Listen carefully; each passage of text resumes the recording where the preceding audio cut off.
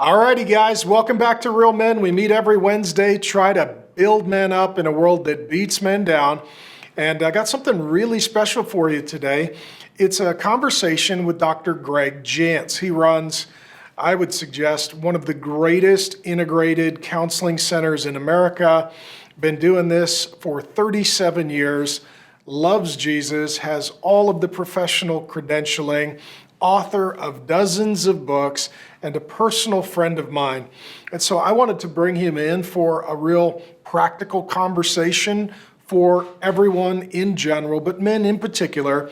During this time of fear, upheaval, chaos, and uncertainty, how can you be healthy? And so I just really appreciate Dr. Jantz for joining us. And I would encourage you, grab a pen, take some notes, because there's some good stuff to help you. Well, howdy, Pastor Mark Driscoll here. Really excited for Real Men. And hey, we've never done this before. We've never done a Zoom call, but I'm bringing in a very special friend, Dr. Gregg Jantz. And let me set you up, buddy. Some years ago, when my family and I were in a really difficult season, felt like an avalanche, all this bad news, uncertainty, change, chaos, not sure how to proceed forward or what the future would have. I was struggling, quite frankly, with anxiety and fear and uncertainty. And Dr. Jantz was a dear friend, very blessed gift to my wife and my kids and my family. And you and some of your team walked with us through that season. It was a tremendous blessing. I just want to say thank you. We're in the best place that we have ever been, marriage and family, in our entire life. And a lot of that I would just attribute to God using you and a lot of your wisdom. So in the midst of what is a really difficult time for a lot of people, I want to bring you on because you were such a huge help to me, and I know you'll be a huge help to them. And so, Dr. Jantz, maybe just tell them a little bit about your background, who you are, what you do, and then we'll jump right into trying to help people. You got it. Thank you, Pastor Mark. And by the way, you and your family are cherished. I think very highly of you, and so good to be with you today. Well, we've maintained through all this. See, I've got my matching mask here. So I got to ask you though, do you dress yourself? I mean, this tie, glasses, jacket. I mean, it's all blue. And look at that, I got my disinfectant wipes.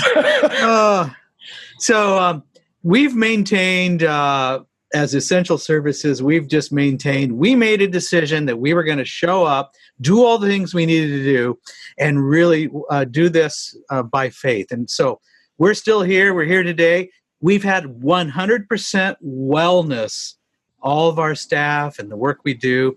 And as you know, we're a place that, generally speaking, people come and stay. We get them for 2 weeks, 4 weeks. But we really believe in the whole person model. As you know, Pastor Mark, it's looking at all the pieces of the person and putting together a team to minister to all the different pieces, emotionally, relationships. We look at physical, obviously spiritual, and we really believe this is our 37th year. Wow. Of 37 years of showing up. And I'm still very passionate about the work that we're doing, and we're seeing a lot of people right now, as you know, they're at that point of despair. We're being told prepare for an epidemic of depression. We're being told that particularly the months of October through December, that suicide rates are going to be high, and so there's a lot of news out there that doesn't sound really good. So real quickly, so you run the center. Yes. It's kind of in North Seattle, an area called Edmonds. I used to be your neighbor. I used to walk down and get coffee with you. Yeah. And you were right near the epicenter. So that retirement community that was one of the epicenters for the outbreak of COVID is very, very close to your office where you've been, as you said, just loving and serving for 37 years. And everything I'm hearing is, so people in general, but men in particular, since that's kind of our focus tonight, is a lot of the porn platforms are now giving you a 30-day free trial. This is like the drug dealer, the first hit's free. For some reason, liquor stores are essential services. Yeah. And so drinking is off the charts. Rates of domestic violence are up. Child abuse and calls for legal help for the protection of children have increased. In addition, they're predicting on the backside of this a divorce boom. And a lot of people that were struggling with addiction no longer can go to care or groups. They're relapsing. I mean, it's a crucial time. And you work a lot in fear. You work a lot in addiction. You work a lot in anxiety. And by the way, how many books have you written? I mean, you're pretty prolific. Well, we're at number 39. Which is crazy.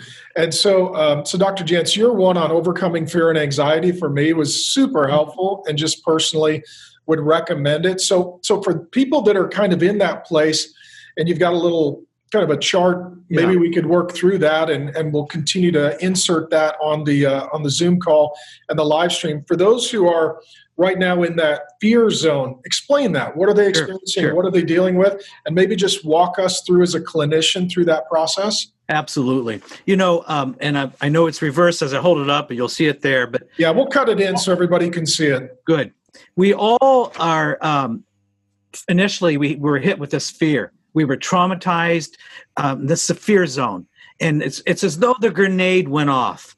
And we were re-traumatized. Those that were suffering already from post-traumatic stress disorder, you already maybe had some depression, anxiety. This was huge, the fear. And it's the fear of the unknown. And it's the fear of nothing safe. And this is where we saw the hoarding. You remember, it all started in Seattle, the Costco store. Somebody decided to start buying toilet paper. Yeah. Okay. Wow. Yeah. And from that, now we know that fear runs in herds. And so people were running to and buying up toilet paper. And it was crazy. But fear runs in herds. Well, we do those behaviors because we want to have a sense of control. I bought a whole bunch of toilet paper. I feel better. Yeah, if the end of the world comes, at least I'm clean. Yeah. It's a sense of control.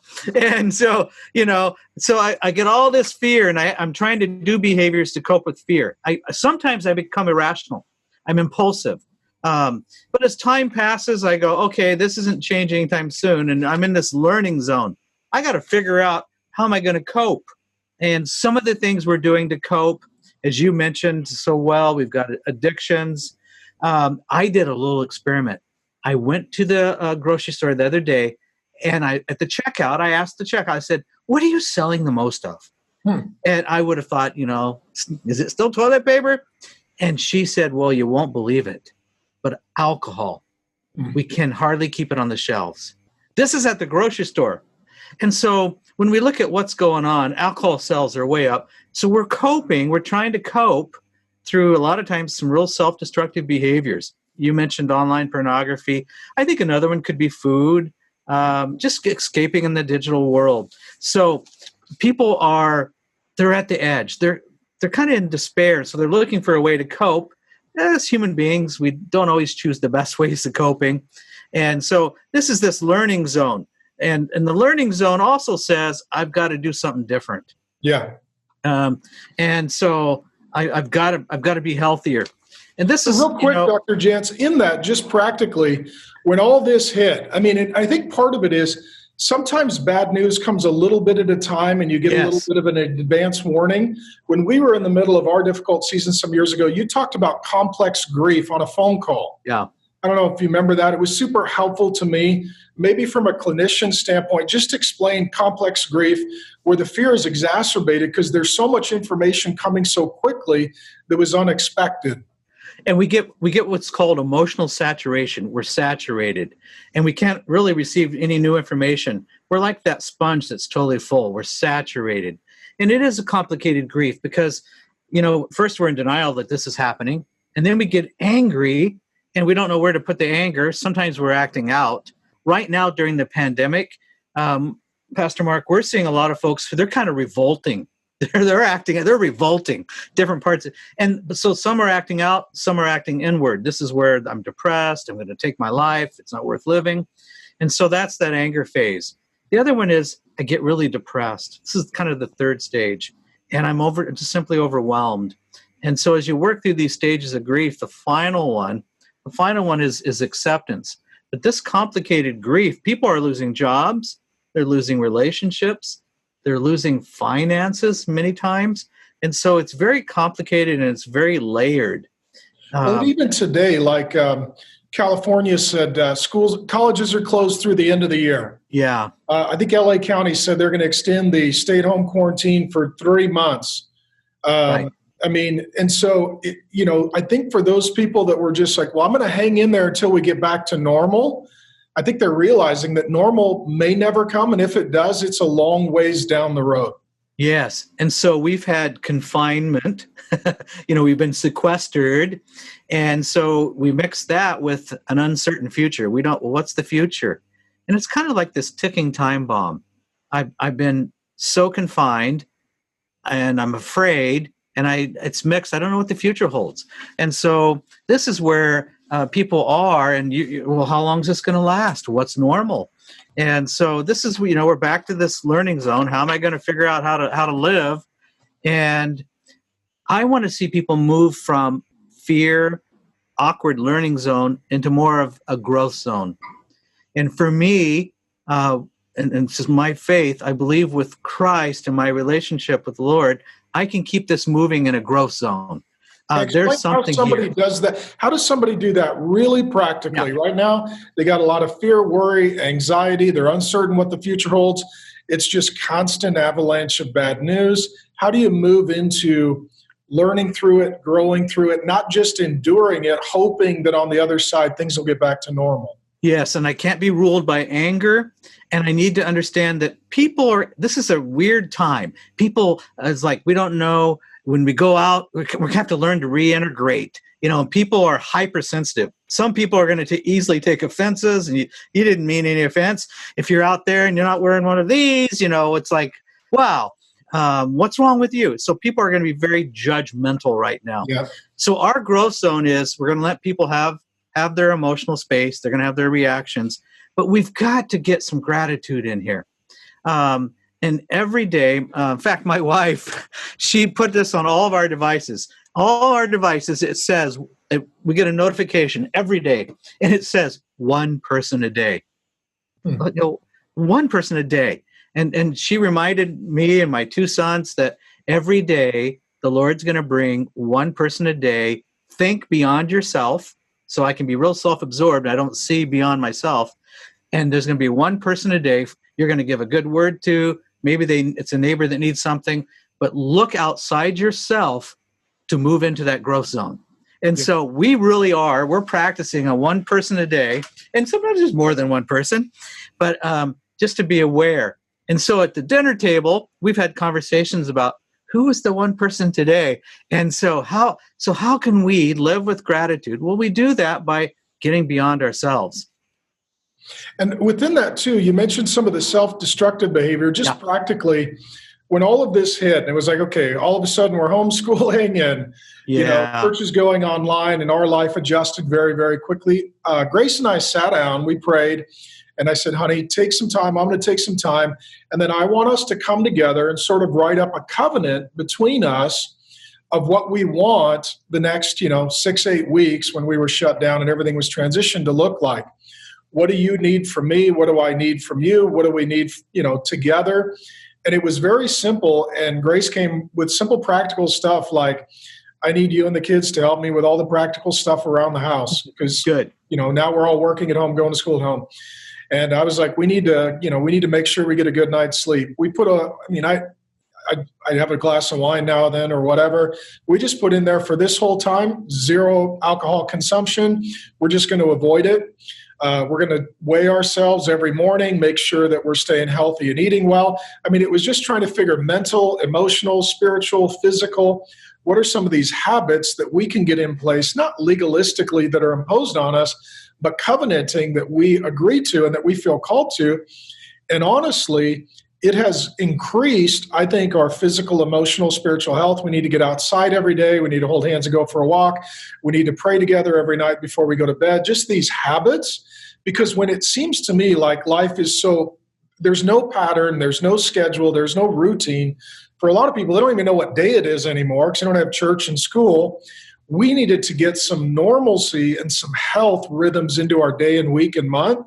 And honestly, it's been one of the greatest learning, growing, maturing, deepening seasons of our whole life during one of the biggest crises, globally that anybody in our lifetime has experienced.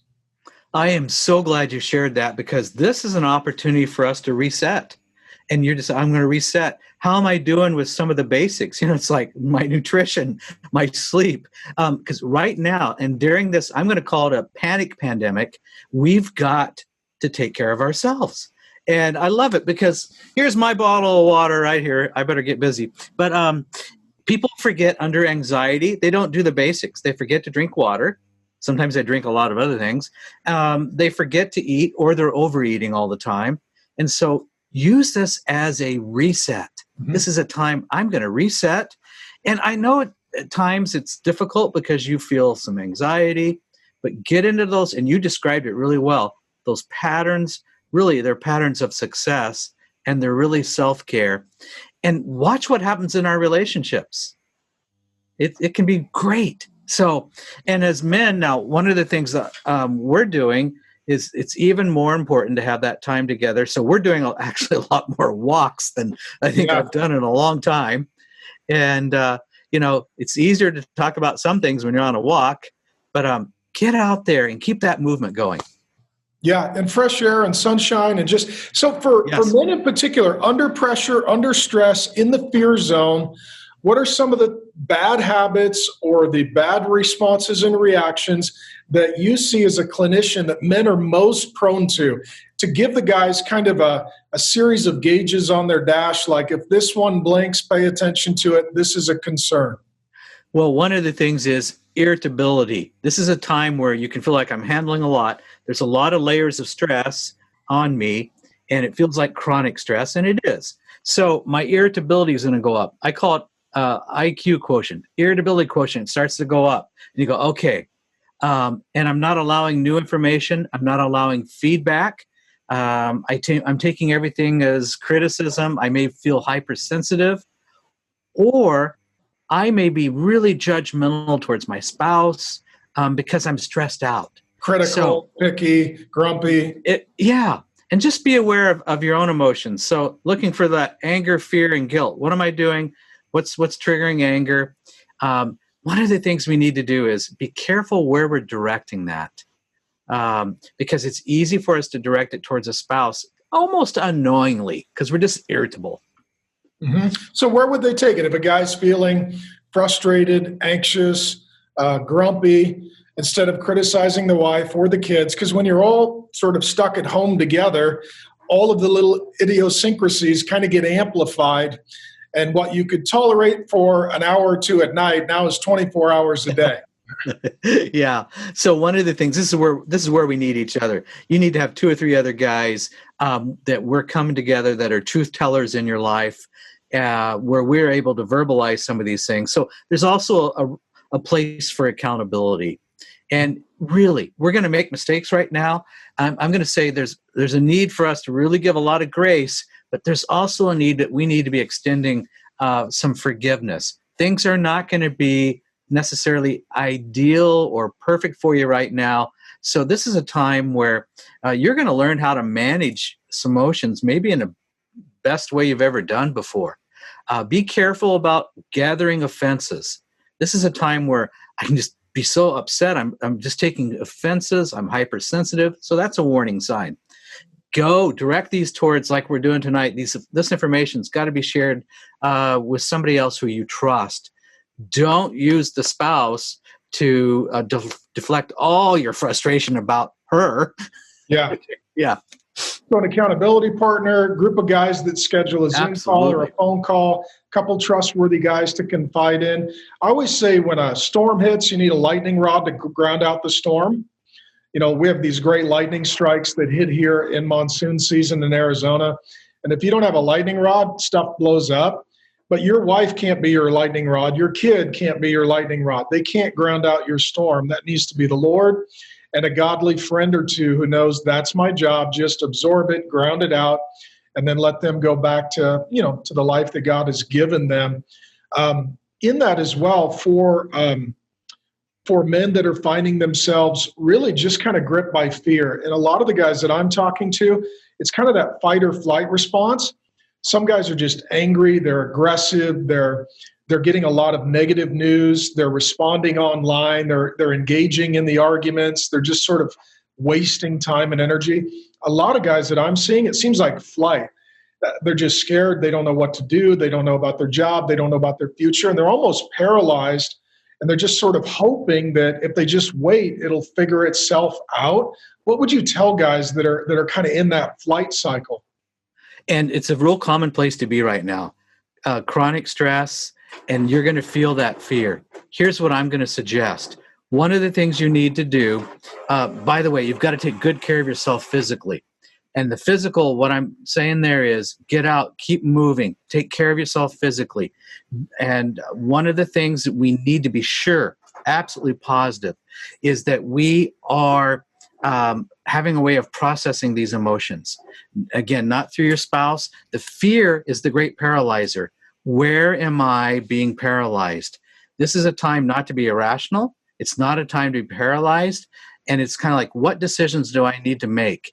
Keep gratitude in your life. This is really fun. My wife, 6 years ago, went through some chemotherapy, and she started doing a gratitude journal. And yesterday, I mean, she does this every day. Yesterday, I asked her, I go, okay, how many gratitudes are you up to? She said, 22,220. I go, how do you write down 22,220 gratitudes?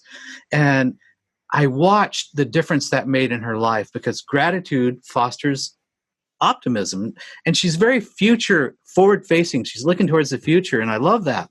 So for guys, if you feel fear, you've got to re-anchor back into God's truth and practice some gratitude. It takes some time, but I bet after doing this after a week, you'll start to feel different. Well, that's Philippians, where it talks about, not giving into fear, but with prayer and thanksgiving, make your requests known to God. And there's that thing. So the answer to fear in Philippians starts with thanksgiving. And that is finding the things that God has already done to build some hope that God will continue to do more. And we call these thankful prayers at the Driscoll house. So when we get together for dinner, my thing with the kids is, all right, what are your thankful prayers for today? Meaning, what is your gratitude for today? And I like to start dinner with everybody giving something from that day that they were thankful for. Yeah. And then we can give requests and checking in and all of that. But what it does, it sets a different tone and disposition. For those guys and gals right now, we're almost obsessed with the news. They're always on their phone. They're checking social media. They're checking media updates. They're getting a lot of constant bad news. What would you tell them to manage their emotional, mental well-being with most of the news we're getting right now? I mean, we heard it's millions of people are going to die, and then hundreds of thousands, and then maybe 100,000, and we're going to be closed for 6 weeks, or maybe 6 months, or maybe it'll be a V economy, or maybe it's going to be the Great Depression. I mean, the news cycle, if you tether your emotional life to the roller coaster that is the news cycle, I think you're not going to be a healthy person. How would you recommend they manage the intake of bad news? Yeah. We know, first of all, if you're already struggling with anxiety and depression, and you're engaged in the digital world 9-10 hours a day of mainly news content or social media, by the end of the day, oh man, Mark, you're going to feel even more depressed and anxious. So We've got to decide, first of all, I always tell people, decide what is your news source, because people they're going from this to this. And really, is that the best use of your time right now? Probably not. Is it helping you emotionally? Probably not. So decide, have a guardrail. This is what I'm going to check, and begin to put some boundaries around that news consumption. There are certain things that maybe are helpful to know, but we also know that everything is changing. And like you said, it's like, well, what's true? Well, a lot of times we don't know. And so let's go back to what we know is true, in our faith. Where are we going to put our point of focus? Well, and I'm thinking too, for a lot of families, the television right now is on all day with the news. And if you've got little kids, that's not a good environment. And what I'm finding is almost every conversation is about this issue.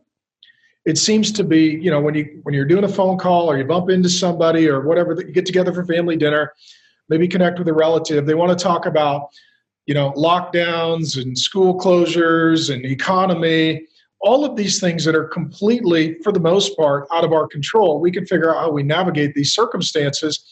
But what other things would you recommend, especially for the men, to shift the conversations with their family, with their wife, with their kids?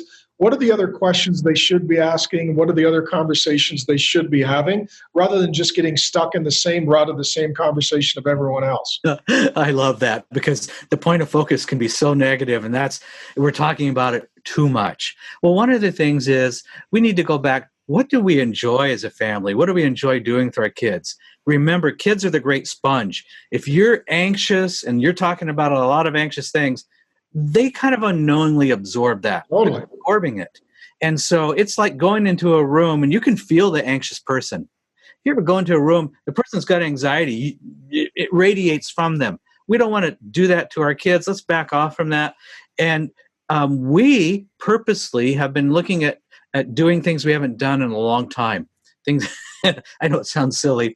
We did a hilarious family softball game on Mother's Day, ping pong. But we're trying to engage in a lot of movement and changing the topic. So we're back, like, what's some different things we'd like to do? We even, so ours tends to be activities. But remember, our kids may be cut off from their peers, or it's a different relationship with peers. So socially, things are different for them. And they may need more from us right now in a different way. They don't necessarily need us asking, if they're doing online school, they don't need us constantly asking about their schoolwork. They're already over-digitalized. Yeah. Yeah. So they need us in some different ways. So I'm encouraging, find the activities we enjoy with our kids or family, but purposely, intentionally engage in some different activities that maybe you haven't done in a while. Believe me, we have. Well, and that's where, like with some of my kids, all of a sudden there's more puzzles, there's board games, Yes. there's ping pong, there's family walks. And one of the things that I did, I'll share a little something. We're in Arizona. Things aren't nearly as, probably dire as they are in Seattle right now. The count is different. The governor's different. But here, just not far away, up in the mountains, the temperatures are cooler. Tends to be a little more rural, a lot more distance. There's good hiking. There's lakes. There's good ways to get out. And so I found online, very, very, very cheap, I found a house that I could rent for a month because nobody's renting anything. And I told the kids, all right, find your shoes, find your puzzles, find your games. We're going to set up there. I'm going to work a couple days a week here in the Valley. A lot of my work can be done remotely, and they're doing school online. And so literally for a month, whenever the kids want, we're going to go to the mountains, we're going to go hiking, we're going to go to the lake, we're going to change our routine, we're going to get out of the house. And it's worked out really, really well. And it gets them out of that daily routine, and it gets a different routine for us. It gets us outdoors. And I love too, I made the drive into the Valley last night with two of my kids. Just those drive times in the car, it's an hour, hour and a half just to visit, pray, check in, hang out. I'm just trying to find creative, simple, inexpensive ways to even give them something that feels a little bit like a break or a vacation or a different reality, and reset the routine. Otherwise, what we find at our house is everybody kind of just gets up at the same time, logs on for school, puts their headphones on, and all of a sudden, everybody's in a different room. And then I don't know about your house, there's this cult that has recruited every young man in America called Fortnite. Then they're on, with their friends all day. And you can spend a whole day at home and actually not even speak to one another because everybody's locked into their own private universe. Absolutely. You've said it so well. We have a default routine. And because of the situation, we've defaulted into these routines. It's time to break out of that. I love that. You're going out. We're experiencing some things. Again, it's a reset time for our families. Let's reset. Let's do some bonding activities that maybe we haven't done in a while. Let's put some of the digital on hold a little bit. Yeah. Yeah. Love it. So to move from the fear zone, worry, anxiety, into the learning zone, how do I grow? How do I maintain health? How do I grow my relationship? Then into the growth zone, what would that next step look like? Well, growth zone is really when I've increased my gratitude. So I'm also understanding that this is not all about me. So I'm not self-absorbed. I'm not allowing myself to be filled with anger, frustration, and I'm balancing this. There's legitimate concerns. I get that, but I'm not being paralyzed by fear. And I'm saying, okay, Lord, what do you have for me? What's my growth? What am I doing right now? This is an opportunity to really, if there's unforgiveness in your life, if there's things that need to be dealt with, this is a time to reset those. So a growth zone says, I am going forward. I know we've come through a lot of trauma. I get it, but I'm going forward. So that's like Paul says, forgetting what lies behind, this one thing I do, I press forward, to the things that God has for my future. And you called me some years ago when we were in just the worst season, probably don't even remember, you called to check in and you said, Mark, on the other side of this, you're still going to have a ministry, but it's going to take a different form. Yeah. And you're going to need to figure out what that looks like for your future. So you were pushing me as a friend, so thank you for that, into growth zone. And now, some years later, I see exactly what you were talking about, that it was a season for Grace and I and our kids to grow in our relationship with the Lord, with one another, with good friends. We got literally physically, emotionally, spiritually healthier than we had ever been and I'd ever been in my whole life. And then now ministry for me has taken a different form, but actually it's the healthiest, most enjoyable season of my entire life. And I couldn't have envisioned that when the avalanche hits and you're trying to shovel out, but there is life on the other side for those who don't self-destruct before they get there. Absolutely. And what you just described is the reason why we do the work we do. That's why my passion's still there. And you sharing that does more for me than what you can imagine, because there was a great future.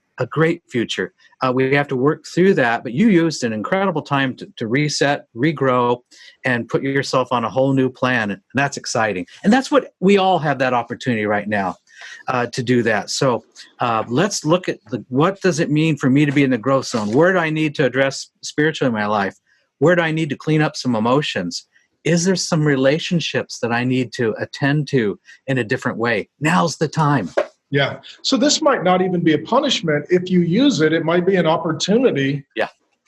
Because for some people, if they're just thinking, I want to get back to normal, my question would be, was normal that great? Yeah. And if normal wasn't that great, why try to go back to normal? Why don't go forward to better? Even if you have a good marriage, you can have a better marriage. Even if you had a good family, you can have a better family. Even if you were a healthy person, you can be a healthier person. And so for those that are looking into the future, what would you tell them, just emotionally, how do you make that pivot toward hope in a future? Because, in your book on anxiety and fear, I think one of the things you shared that was really helpful to me is almost to envision worst case scenario and run at it. Mm-hmm. Very, very rarely does the worst case scenario happen, but if you're emotionally able to deal with that, you can handle anything.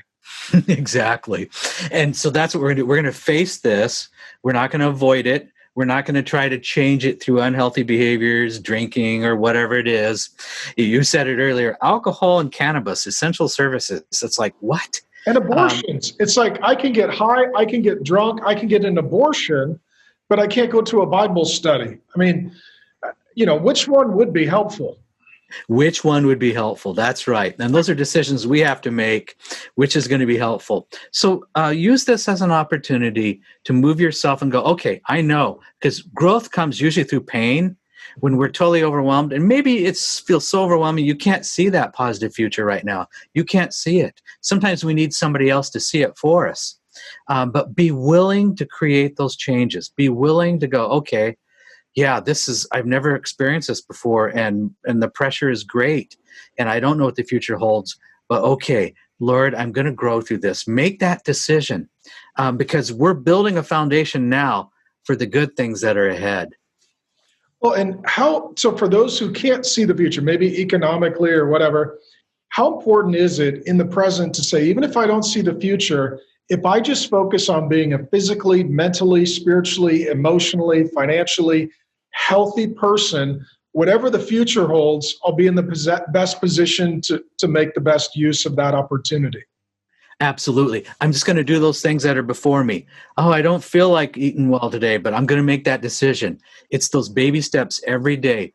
Keep building a system of health, and that includes our spiritual health. So, after about a week, 7-10 days of doing this, you go, oh man, I am feeling better. Yeah. As we start to care for ourselves, we start to grow. So just make those decisions each and every day. And I don't mean we're not perfect with it, but we're going to keep making good decisions each day. Be careful about carrying a lot of past into the present right now. I'm hearing people say, well, what if I would have saved more? What if I would have done? We can get into a lot of what ifs. Yeah. And then we get a lot of self-doubt.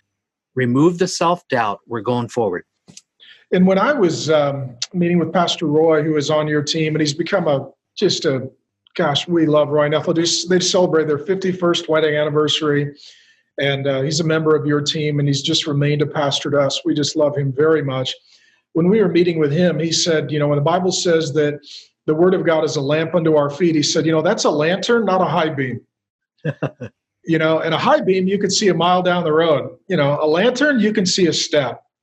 And I think oftentimes in this walk forward is just simply today, what is the step for today? Then I'll wake up tomorrow. What's the step for tomorrow? And when we were in our hardest season, you and Pastor Roy and others just encouraged us, when you get up every day, just make the decision, today I'm going to make all the decisions I can to be as healthy as I possibly can be.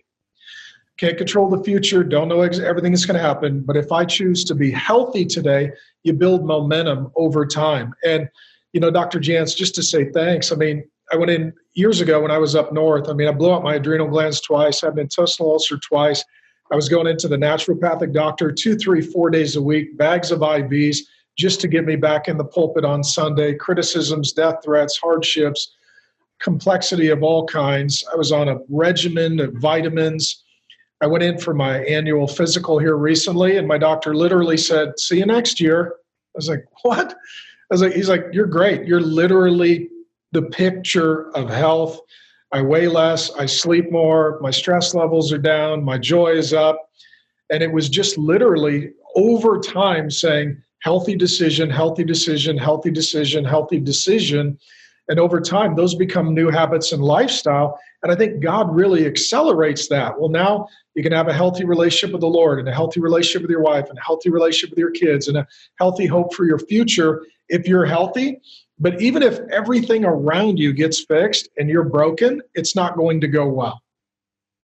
That's right. And sometimes we need help getting healthy. Sometimes we are so overwhelmed that we're kind of in that shutdown mode. And so a healthy person ultimately is a person who asks for help and goes, this is too much. I need help. And that's a good place to be. Healthy people do ask for help.